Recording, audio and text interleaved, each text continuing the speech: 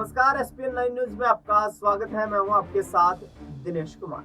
महाराष्ट्र की राजनीति और राजनीतिक संग्राम एकनाथ शिंदे और वर्तमान मुख्यमंत्री देवेंद्र फडणवीस के बीच। आखिरकार महायुति संरक्षक की लड़ाई हो या सीएम कुर्सी की लड़ाई, बंटवारे की लड़ाई हो या फिर पोर्टफोलियो की लड़ाई, ये तमाम जो मुद्दे हैं ये कहीं ना कहीं देवेंद्र फडणवीस और एकनाथ शिंदे के बीच राजनीतिक द्वेष पैदा कर रहे हैं। लिहाजा अब सीएम देवेंद्र फडणवीस ने पूर्व मुख्यमंत्री रहे एकनाथ शिंदे के खिलाफ मोर्चा खोल दिया।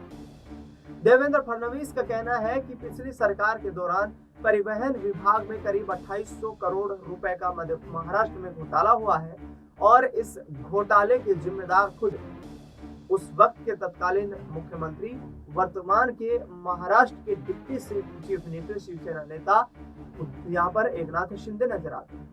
यानी कि साफ तौर पर कहीं ना कहीं इस बात के संकेत मिल रहे हैं कि देवेंद्र फडणवीस अब एकनाथ शिंदे को ठिकाने लगाने की तैयारी में जुट चुके हैं, क्योंकि उन्होंने अधिकारियों को जांच के आदेश जारी कर दिए और ये 2800 करोड़ रुपए का वित्तीय अनियमितताओं का मामला इस कदर है कि परिवहन विभाग में बसों की कमी के चलते कुछ निजी ट्रांसपोर्टर से बसें किराए पर ली गई और उनके किराए का जो भुगतान किया गया उसमें अनियमितताएं हैं। यानी कि सही तरीके से वो टेंडर जो जारी किए गए थे उसके आधार पर भुगतान नहीं हुआ, उसमें गड़बड़ियां पाई गई और 2800 करोड़ रुपए का चूना यहाँ पर राजस्व में यहाँ सरकार को लग गया। ऐसे में ये बड़ा झटका सरकार को लगा है और ऐसे में खजाने पर बड़ा इसका प्रभाव भी पड़ा है। लिहाजा देखना यह होगा कि अब मुख्यमंत्री की कुर्सी पर विराजमान देवेंद्र फडणवीस क्या एकनाथ शिंदे को जेल की सलाखों के पीछे भेजने की तैयारी कर चुके हैं, क्योंकि कुछ वक्त पहले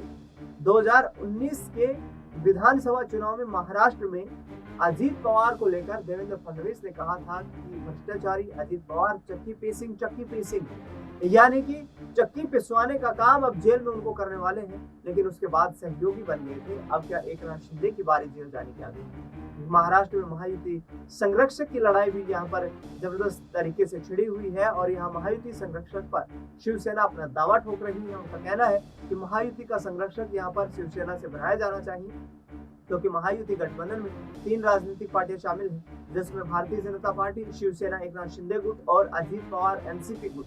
इन तीनों की जिम्मेदारी यदि संरक्षक के तौर पर शिवसेना को मिलती है तो एकनाथ शिंदे की बड़ी एक तरीके से पॉलिटिकल जीत रहेगी, क्योंकि महाराष्ट्र में मुख्यमंत्री की कुर्सी उनसे छिन गई थी और ऐसे में आने वाले वक्त में वो महाराष्ट्र में कहीं ना कहीं लीडिंग पोजीशन में दिखाई दे सकते हैं। लेकिन जांच की आज में क्या एकनाथ शिंदे झुलसते हुए नजर आएंगे और यदि ऐसा हुआ तो फिर आगे आने वाले वक्त में शिवसेना का क्या कुछ भविष्य होगा, इस पर भी बड़ा संकट छा सकता है। फिलहाल इस खबर में इतना ही। देश दुनिया की तमाम बड़ी खबरों के लिए आप देखते रहिए एसपीएन 9।